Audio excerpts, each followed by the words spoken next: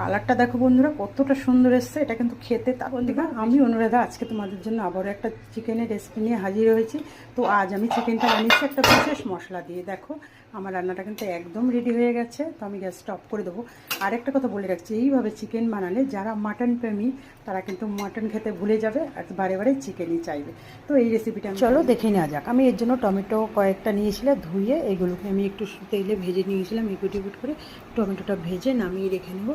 এইবার মেখে নিয়ে এবার এতে দিয়ে দিয়েছিলাম আমি আদা রসুন আর কাঁচা লঙ্কা। এগুলোকে আমি একটু ভেজে নেব, ফ্রাই করে নিয়ে তারপরে এই জায়গাটা ফাঁকা করে পাশেই আমি দিয়ে দেবো পেঁয়াজগুলোকে একটু নেড়ে চেড়ে ভেজে নেবো।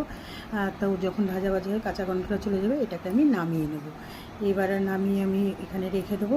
তো এইবার আমি করে নেবো এই বিশেষ মশলাটা। এতে ছিল জিরে, ধনে, মৌরি, তেজপাতা, শুকনো লঙ্কা, জয়িত্রী আর গরম মশলা, আর ছিল একটু সর্ষে। এটাকে আমি হালকা কাঠখোলায় একটু ভেজে এটাকে আমি শিলে বেটে নিচ্ছি। তো তোমরা চাইলে মিক্সিতেও পিষে নিতে পারো। এইবার আমি দিয়ে দিচ্ছি ওই তেলে আর একটু তেল দিয়ে ফোড়ন, শুকনো লঙ্কা তেজপাতা ফোড়ন দিয়ে আমি এতে দিয়ে দিয়েছিলাম কাশ্মীরি লঙ্কার গুঁড়ো আর লবণ, আর দিয়েছিলাম হলুদ গুঁড়ো। এগুলোকে দিয়ে ভালো করে একটু নেড়ে চেড়ে এতে আমি দিয়ে দিয়েছিলাম ধুয়ে রাখা চিকেনগুলো দিয়ে।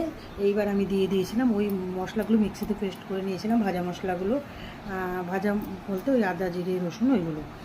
এইবার আমি এইগুলোকে আবারও ভালো করে নেড়ে চেড়ে নিচ্ছি, একটু নেড়ে চেড়ে নিয়ে এতে দিয়ে দেবো আমি ফেটিয়ে রাখা দই, সেটাকে আমি দিয়ে দেবো।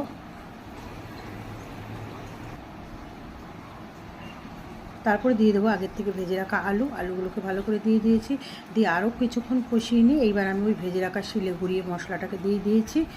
দিয়ে এবার আমি একটু ঢেকে দেবো। রান্নাটা কিন্তু ঢেকে ঢেকে করবো, তাহলে কিন্তু চিকেনটা একদম সফট হবে আর খেতেও খুব ভালো লাগবে, মশলাগুলো সব ঢুকে যাবে। আর একটা কথা আমি বলতে ভুলে গেছিলাম। তো আমি এই চিকেনটাকে কিন্তু একটু লেবু রস দিয়ে নুন দিয়ে আগের থেকে মাখিয়ে রেখেছিলাম আধ ঘন্টা আগে। এবার আমি দিয়ে দেবো পছন্দ মতো ঝোলটা কিন্তু অবশ্যই উষ্ণ গরম জল দেবো। তো দিয়ে ভালো করে ফুটিয়ে নেব।